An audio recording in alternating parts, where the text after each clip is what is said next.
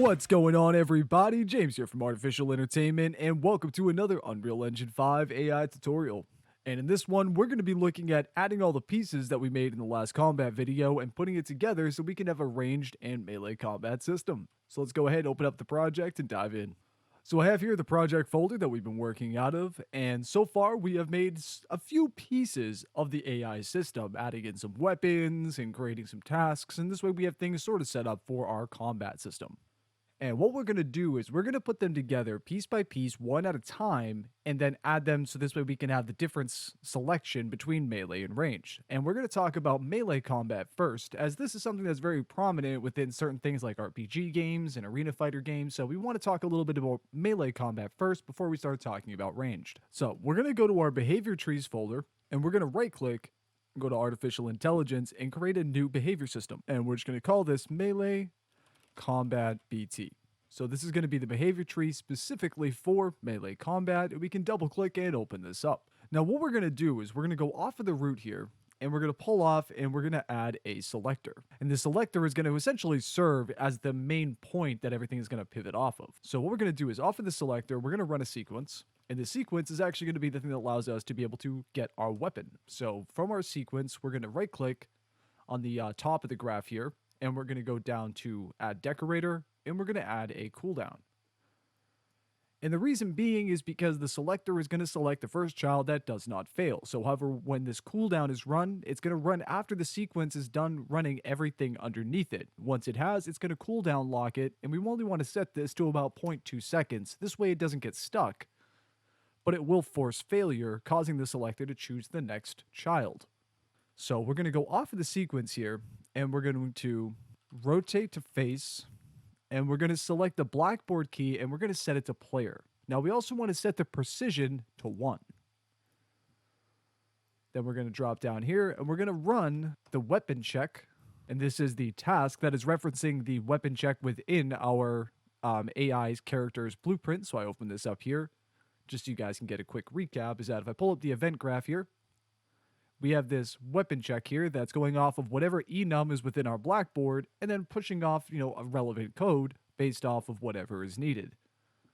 And as you can see, I fixed that issue of having draw melee weapon come off both times. I actually put the right node here.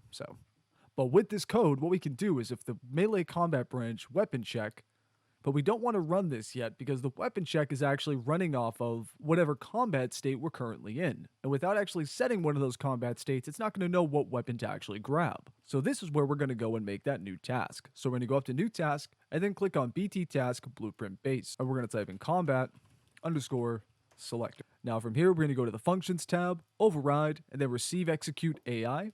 And then we're going to go to the variables tab, click on the plus sign, and we're going to go combat state enum, and then we're going to go to the boolean value here, the variable value, and we're going to change this to the combat state enumeration that we made in the last video. So as you can see here, we've got this, so we can choose the combat state enum, and then we can drag this out holding alt and get the setter node, hooking these two execution pins up, and then right click on the combat state enum input and promote this to a variable and call this combat state selector.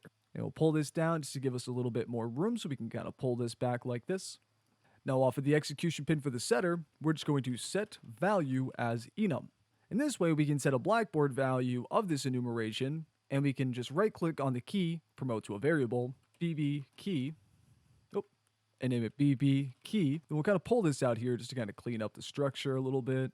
And if you guys want to make reroute nodes, you just have to double click on a section and it'll add a little node. This way you can kind of make things a little cleaner for your systems. And then off of the set blackboard value as enum, we're just going to run a finish execute with a target of success. Now we also want to make sure to set blackboard key here, public, as well as combat state selector, set this to public as well, and then compile and save.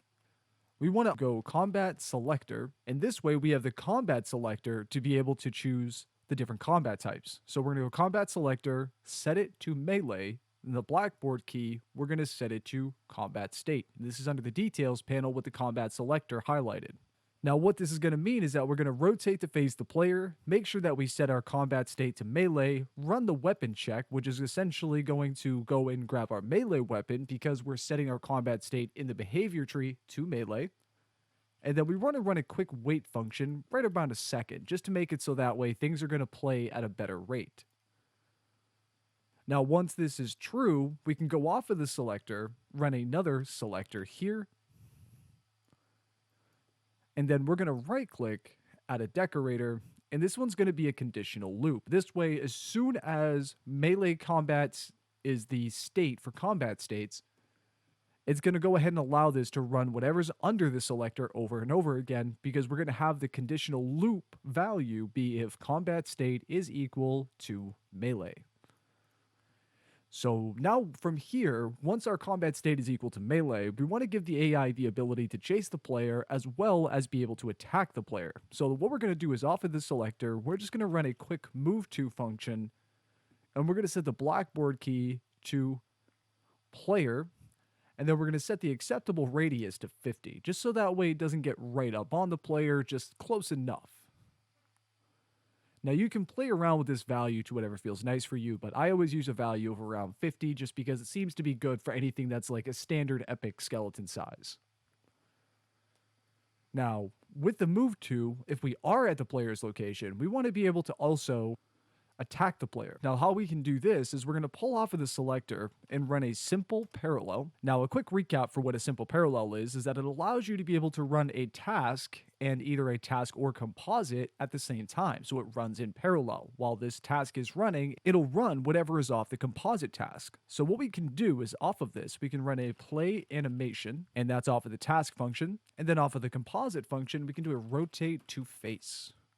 So this will mean that while he's playing the animation, he's also going to rotate to face the player, so this way he doesn't lose track of him. So we can go animation to play and just look for our melee attack, which is for me is going to be sword and shield slash. So while he's playing this animation, he's going to rotate to face the player, and then if we're not within reasonable distance, he's going to move to the player and make that distance closer.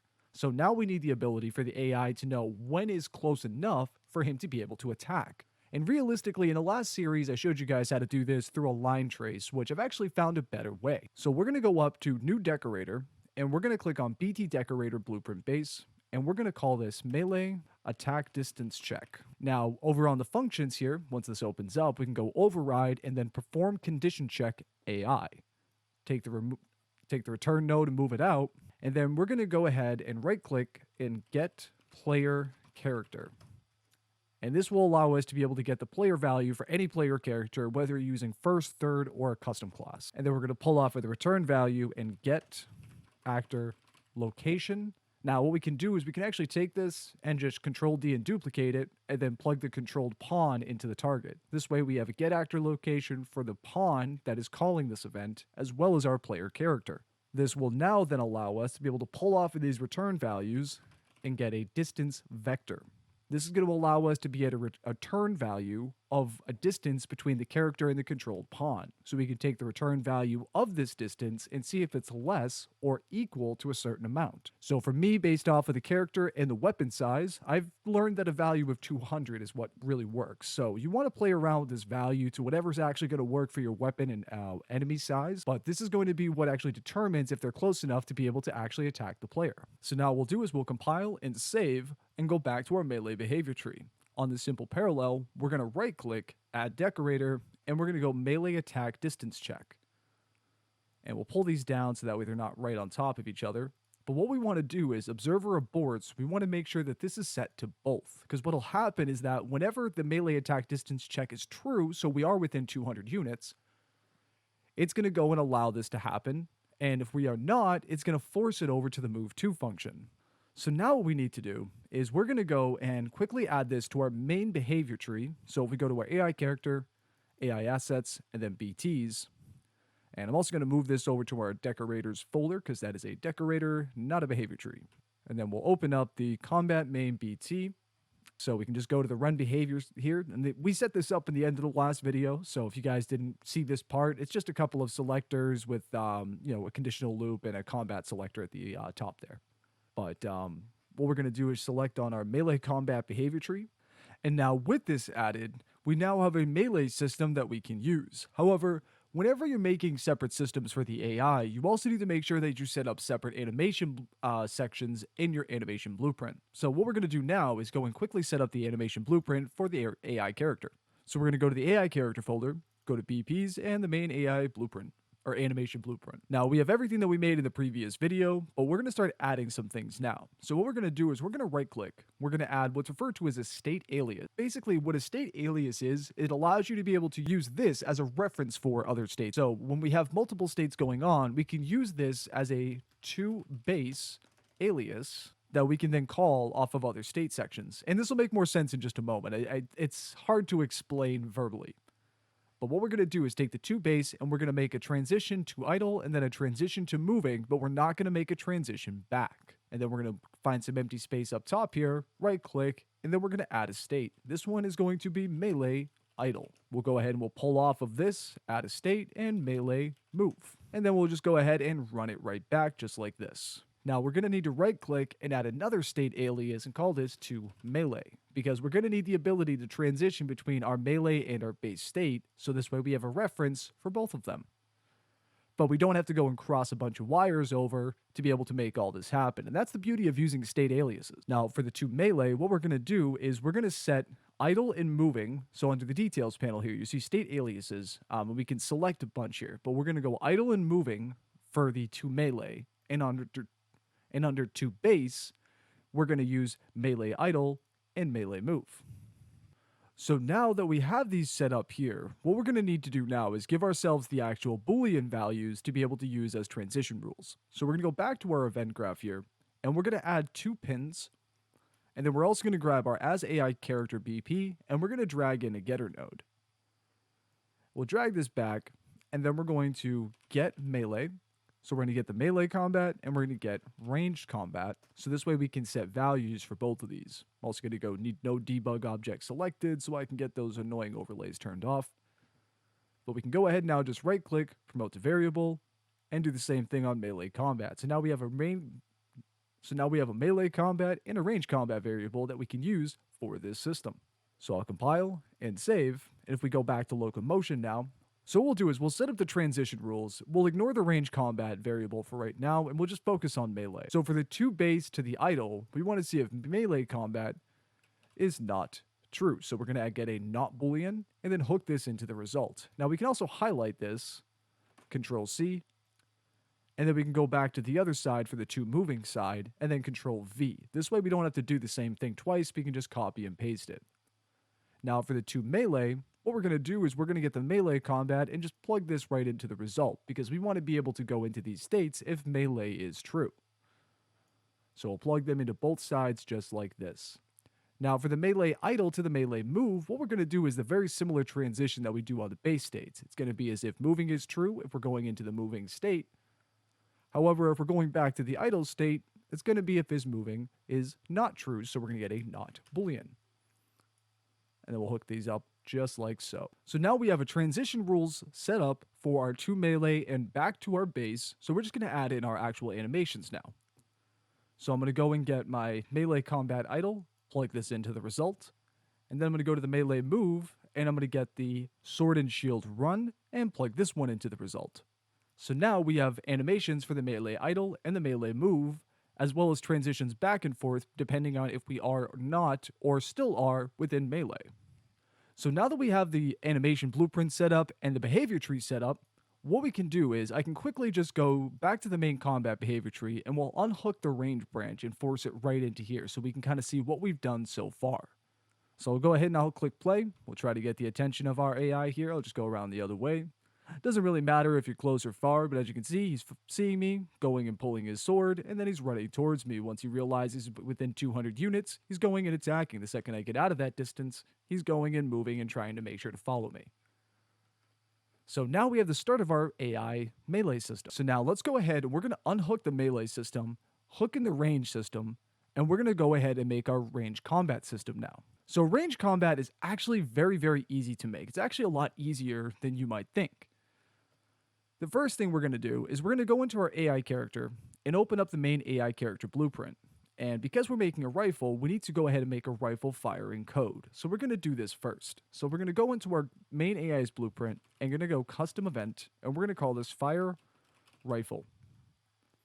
Now off of here, what we can do is just go play animation, and we're going to choose play animation rifle, and then pull off of here and play anim montage. And we're going to go play anim montage. Now what we're going to do, you only need to do this part if you're having an actual rifle fire animation. So for me, we do have the fire rifle W, which is part of the military weapon silver pack. So I'm going to use that one, and then I'm going to use the fire rifle montage that I have here as my character's actual animation. And I'm going to set the play rate of this to 2. So this way, whenever this event is called, it's going to fire this, and it's going to do it at a nice speed. So I can go ahead and compile and save this, minimize, go back to our content here, AI character, AI assets, behavior trees, and then we'll make our range combat behavior tree now.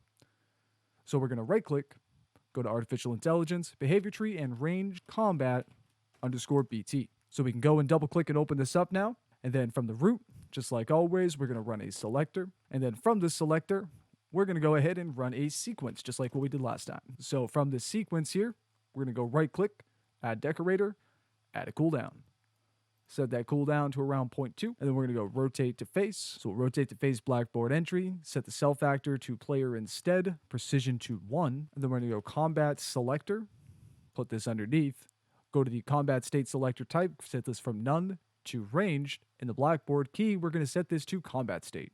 From here, we're going to pull down, run the weapon check, and then run a wait of about 1 second. From the selector here, we'll run another selector, and there you can see it's literally the exact same setup. And this is the reason why we created the weapon check the way we did, is because this way we can just call this specific event versus having to go melee weapon, range weapon, and things getting caught up and other things happening. If you have everything running off of a fewer amount of tasks and having everything fluidly flowing based off of whatever the certain conditions are, you're actually going to find that your AI is a lot smoother. But what we can do now is we're going to go to the selector, right click, add decorator, and then we're going to do just like what we did before, and we're going to run a conditional loop, and that's only if combat state is equal to ranged. Now, the way that this works is the selector is honestly more just as a debugging thing, because I found some issues running the simple parallel right off of this selector. But whenever I run a buffer selector in between, it seems to run better. But this, honestly,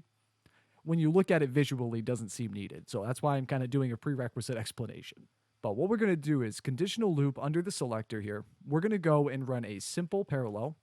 And then what we need to do now is create a firing weapon task that we can use to call that code that we just made in our blueprint. So we're going to go up to the top to new task, BT task blueprint base, and we're going to call this fire rifle. And I did not spell that correctly, but that's okay. So now for functions, we can go receive execute AI.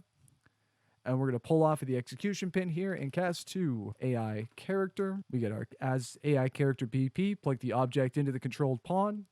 And then off of the as AI character, we can go ahead and get our fire rifle function. Now, whenever you're using fire rifle functions and setting things up this way, there is one thing that you need to do. And this is purely because of the way that the simple parallels work. After the fire rifle event is called, you need to run a delay function. This delay is actually going to serve as the rifle's rate of fire. So if you slow this down or speed this up, it's actually going to make the rifle fire faster or slower, but this is needed to make sure that the AI actually has time to be able to register for the rotation when he's firing. This will make more sense in a moment. But after the delay here, we're going to go off of completed and finish execute. We'll go ahead and just make sure target of success is checked, compile and save. And then now we're going to go back to the range combat behavior tree. And what we're going to do off of here, off of the task, we're going to run the fire rifle event. Or fire rifle. I'm going to go ahead and fix that because that's going to drive me nuts. So I'm going to go fire rifle. Bam. That is so much better. And that, okay. We're just going to go ahead and remove that and replace it to the fire rifle that's properly spelled because, oh man, that was going to drive me absolutely bonkers. But now that we have the fire rifle off of the task, on the composite side, we're going to do a rotate to face. And we're going to make the rotate to face entry, we're going to set it to player, and again, set the precision to 1. So, and the reason why we're setting the precision to 1 is realistically because this is going to dictate how precise the AI is going to be facing the character. And for me, I like precise directions. I like him to be looking right at me with every attack, with every look, with every action, anything that's meant for my player character. I want him to rotate and face me directly, not within 10 degrees, not within 20 degrees, not even within 3 degrees. I want it to be dead on. But now what we can do is we can save this, go back into our main combat BT, and the run behavior on the range side, we can now go ahead and select our range combat behavior tree and save this. And now we just have to make some adjustments within the animation blueprint. Because as I had said before, with every weapon type or style, you need an animation section. So what we're going to do is we're going to take an open area here, and we're going to right click, add a state, rifle, idle. Pull off of here, just like what we did with the other one, add a state, rifle, move. We can go ahead and just kind of align these and make them run back and forth to each other. And then we're going to right click, add a state alias, and name it to range. And then we're just going to make sure that the transition is going to the rifle move and the rifle idle. And we're going to set the to range states to idle and moving. This way we can transition between all of these. And then to base, we're just going to also make sure to check the rifle, idle, and move. And then we're also going to change the transition rules for the to base now. So we're going to open this up, and we're going to unhook up the melee pin, but we're going to keep the not pin here. And then we're going to drag in range combat, get the getter node, and we're going to pull these back. Off of melee combat, we're going to get an OR boolean.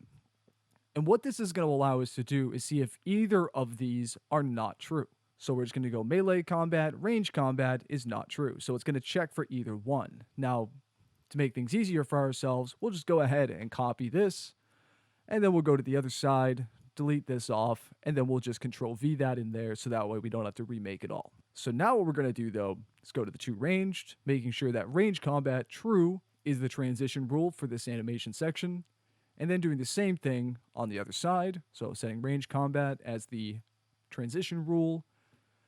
And just like what we've done with everything else, once we're in this state, we only need to know if we are moving. So if we're going to the moving, it's if moving is true. And then if we're going back to the idle, we're going to go and just see if is moving is not true. So go ahead and get it, drag it off, not Boolean, plug this into the result like so, and compile and save. So now if we go back to our locomotion here, you're going to see that we now have transition rules for all of our states. We just need to quickly add in our animations. So I'm going to go ahead and grab my rifle idle animation that I have here, and then also go into the rifle move section and get rifle run, and put that in as well. Now I can compile and save this, minimize. Let's take a look at what our AI looks like. So we'll go ahead and run around, try to get the AI's attention really quickly, because you can see, got this rifle, start shooting at us, and rotates with us. So now, because we have a nice detection system, we can go ahead and now start making the ability for our AI to be able to choose between the ranged and melee systems. And realistically, this is done by creating a very simple query utilizing the EQS system. So what we can do is, I'm just going to put this into tasks, move that there. So we're going to go into our EQS folder, right click, go to artificial intelligence and environmental query. And then we're going to name this combat distance check. Then we'll double click to open this up. Now, an EQS, just to give a quick rundown, is essentially a query that allows you to be able to use a variety of different detection systems to be able to result in either a series or a singular actor location or actor object reference. So, and because we're using the perceptions component of the EQS, we're going to continue doing that. This time, though, we're just going to add something onto it to be able to give it a little bit more of a filter for more information. So we're going to pull off of the root here, and then under the generators, we're going to go perceived actors. Under the perceived actors, allowed actor of class, we're just going to make sure to set it to third-person character. You can just set it to first person, third person, custom character class, whatever you have it set as. Just make sure it's the player character. Set the sense to use to site. And what we're going to do is we're going to right-click now on the actual query, add test, and we're going to go and get distance. This distance check is going to allow us to be able to see whether or not the character or the scene actor is within a certain value. So we can go ahead and keep the float value minimum at 0, but we'll set the maximum to something like 650.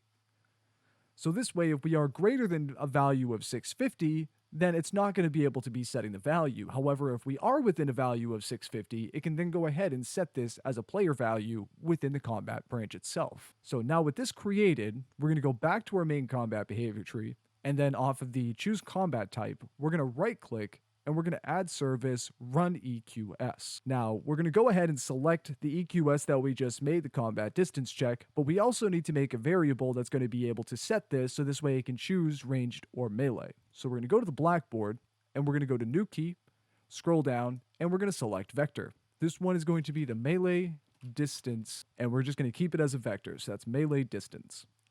So what we can do now is use this EQS query, and with the blackboard value, it's going to be melee distance. Now, what we also want to do, though, is set the interval to a little bit of a higher value. Something around a 3-second or 4-second interval is usually pretty good, and this makes it so that way things don't just go swapping back and forth between melee and ranged. But you can mess with this interval value as much as you want, because this is essentially just going to change how often it runs the query. As you can see here, the run EQS tick every 2.9 to 3.1 seconds because there's also a random deviation value. This is also fun to play around with, but I would recommend making sure not to go too heavy on the random deviations, otherwise it can make things look really weird. Now the other things, we want to make sure to click the advanced option here, and make sure to click both call tick on search and restart timer after on each activation. This is just going to make it so that way once we activate it, it's going to go ahead and make sure to start it right from the original number, but it's also going to set a value. And then after that, it's going to make sure to call and set the values appropriately while it's still in a running state. So we're going to go ahead and click save. And now what we're going to do is we're going to go to melee, right click, add decorator, and we're going to go blackboard condition. Move it over a little bit. And what we're going to do is we're going to go if melee distance is set. And then we can take this, duplicate it, drag it over to ranged, and we can go if melee distance is not set. Now we also want to make sure that the melee version of it under observer reports is set to both. You can set the observer reports on this one to self or both, but make sure it's at least set to one or the other. Make sure it's at least set to self, because we want it to make sure that it's aborting itself whenever we are not within that melee, or whenever we are not within or within that melee distance. So now that we have our range combat system and our melee combat system, and now we have the ability for our AI to determine between the difference between, we can go ahead and save, minimize, and take a look at what we just made. So we'll go through, he'll grab his weapon, he'll keep firing at us. Now, he's not rotating properly towards me, and that has nothing to do with the rotation value. That's actually just the animations. They're offset. It's horrible. But the second we get him close enough, he's going to put his rifle away. And it looks like we didn't set a long enough delay for him to be able to actually draw his weapon. So this is where creating a difference in the delays and things like that could sometimes help. So we're going to create the weight instead of 1 to 1.5. And then if we click save, because the problem is that we got to give him enough time to run his full animation. And because the animation is basically determining when he actually has the weapon in his hand. Because now you can see he's got his weapon in his hand and he's going back. But if I can run far enough away from him that he's going to want to use a ranged weapon, like I am right now, I see the same problem. Didn't have enough time to be able to draw his ranged weapon. So these are the type of things, like I said, when it comes to the animations and the animation timing, sometimes you got to speed things up, sometimes you got to slow things down. But we'll go ahead and we'll go to the rifle. We'll go to the range combat behavior tree. We'll change this weight from 1 second to 2 seconds because the put back for the rifle is actually longer. And I'm just showing you guys some kind of live debugging at this point. But I can go ahead and get his attention. He's going to draw his sword. I'm going to run away. He's going to draw his rifle now. And you can see now he's actually choosing appropriately. Now, here's where it gets interesting. If I go ahead and I run out of position with that investigation branch that we made on the last video, or on the first video, I'm sorry, you can see that now he's playing the animation and he's going to go to a sense location. But right now, the sense location isn't being updated. So these last two parts are more so if you're trying to create a full reset when you're doing this, as well as creating abilities for a stealth mechanic option. So what we can do is we're going to go to the combat main behavior tree system here, and we're going to right click service, and we're going to run EQS. So we're going to run 2 EQSs on the choose combat type here. And what we're going to do is we're going to go get the sight perception EQS, we're going to set it as sense location. So this way it's always going to have the sense location whenever we're going in. So this way it has the proper updated value for wherever the player is or was. Now we can keep the interval at 0.5, but we also want to make sure that update blackboard on fail is unchecked.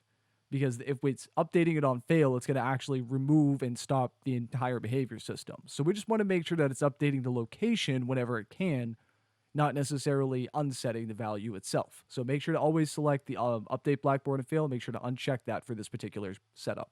Because now what we can do is we're going to go back to our main combat behavior system.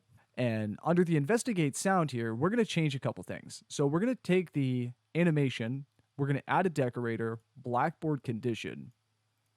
And we're only going to do this if base states is not equal to combat. So if base states is not equal to combat is the only time that we're going to do this animation. But we don't want to make it so that way it stops the sequence right there. So we're going to also add under decorators force success. So even though this is going to fail, it's also going to force the success of it so it moves on to the next item. So now what we can do is we can save this, minimize, and then if we hit play, go ahead and just get his attention. You can see now he's going to fire at us. I'm going to go out of view. But when I go out of view, he's going to actually go to the location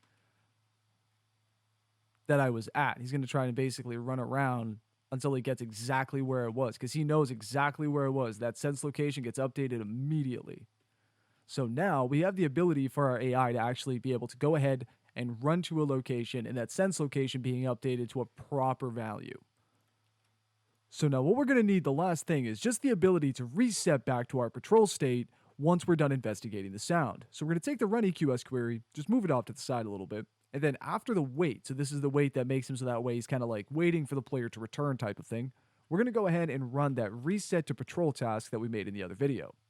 So we'll pull off and just go reset to patrol. And this way it'll call this event, and then immediately as it's doing this, it's also going to make sure that it unsets the actual perception for the senses. So it'll force it back into a patrol behavior. So if we minimize, hit play, you'll see that I can go ahead and I can get his attention. Just trying to make sure I'm a distance away from him. He's going to pull out his rifle, he's going to start shooting at me. Then the second I go out of view here, now again, because we set the EQS to be able to actually like do it every few seconds versus every like 0.1 second, it's not going to be immediate. But as you can see, he's kind of just waiting there for a moment, putting his weapon away, and then he's going back to his patrol. Now, that slide is happening because I probably should need to put a delay in between these two here, and that would fix this problem. But ultimately, the way that delays and waits and the way that you use them is, again, all going to be based off of the animations. I could sit here and add 5 different animations to make this whole thing look more lively. But at the end of the day, I'm not really, I've shown you guys how to add animations. You don't need to watch me do it. So that's really it, guys. That's an entire combat system, both being able to have a detection system for the player and for deciding between ranged and melee combat. So this is the main system. Now, the last thing that I want to talk about before we close out the video, it's just going to be something if you're looking for a stealth mechanic, and this is going to be something that's actually going to allow you to be able to create a bit of a distance check if the AI is close enough to the player. And the only thing you need to do is if we go to the EQS that we have set up on the site perception, so these are going to be the things that are actually setting the player value. If we go ahead, open this up really quickly, if you right click, add tests, hit distance. Now, just like what we did with the combat distance check, this is going to basically set it up so that way if we are, let's say, 1,200 units away from the character, or from the AI, it's going to actually set this value. Because remember, EQSs are going to run constantly. We don't need them to run in the background as a secondary task. We can actually run them on a node while it's running everything else. So if you just add a distance check on the site perception, save this, hit play, you'll actually see, and actually, no, I should probably set this value a little lower. So instead of 1,200, we'll set it to 450. So we'll save this, and now what'll happen is that the player value won't be set. Not immediately. So I can actually go get his attention, make sure I'm more than 450 units away. Just reset it so that way, just facing the wrong direction, he wouldn't come towards me. But now you can see he doesn't really notice me.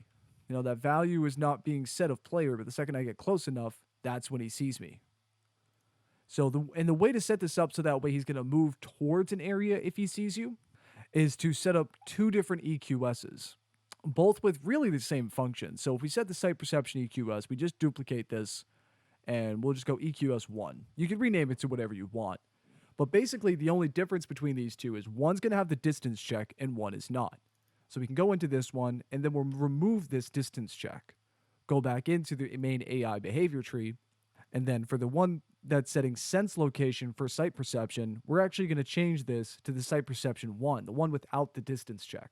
So this will mean that if he's patrolling and he sees the player, it's just going to set sense location. It's not going to set player. So as you can see, he sees me and he's going to walk over to that location. So if I get spotted again and I'm within that value, now he's mad. So this is where you can use these types of systems to be able to make it so that way player is set in a very specific way that allows you to be able to reset it no matter what you need. Now, obviously, you would probably want to set this up to a much higher value rather than 450 because, I mean, unless it's like a pitch black area, they've got no lights, 450 seems a little close for that. But you can set this up to like 1200, and this way it'll be like, they'll have to be pretty much within the distance of this map almost. So like from like here to about here would be about 1200 units. So realistically, you know, you can use this value to set up a stealth mechanic, or you can just negate the stealth mechanic completely and just let it be whenever he sees him, he sees him. You can also have this so that way it'll run a distance check. Let's say if you get a day-night cycle, you can have different things happen during the day versus the night to make it so your AI's perception is actually going to change based off of weather conditions or, you know, light available. You can do a whole bunch of really cool stuff just by utilizing a distance to query your check and then, you know, maybe making it so that way it's a little darker at that moment. So that's really it for that one. So, I mean, you know, now you guys know how to be able to set up a simple combat system with both ranged and melee, and as well as setting up a resetter so that way if you wanted to make a more stealth-like game and create distractions, this is a way you would go about doing it, kind of like a Hitman style, where they go and investigate where they've seen you, but until they get to a certain distance from you, they're not going to actually be like, yo, you're not supposed to be here. So I hope you guys enjoyed today's video. We're going to have more coming out. The next one's going to be talking a little bit more about the EQS and how to be able to use it for a lot of different functions. So that one's going to be really, really fun, guys. And if you're having any issues with this, or, you know, maybe you don't want to build this system and you want it to just kind of have it, this system, as well as a couple of others, is available on the Artificial Entertainment Patreon. So it's a pre-built system that you can drag and drop into your games, as well as on the Patreon, there are tutorials on how to be able to modify a bunch of things if you would like. So I'll leave a link in the description to that Patreon if you guys are interested. Always love the support, but it's never forced on you. All I ask is that like and subscribe. So it's going to close out for today, guys, but as always, stay animated.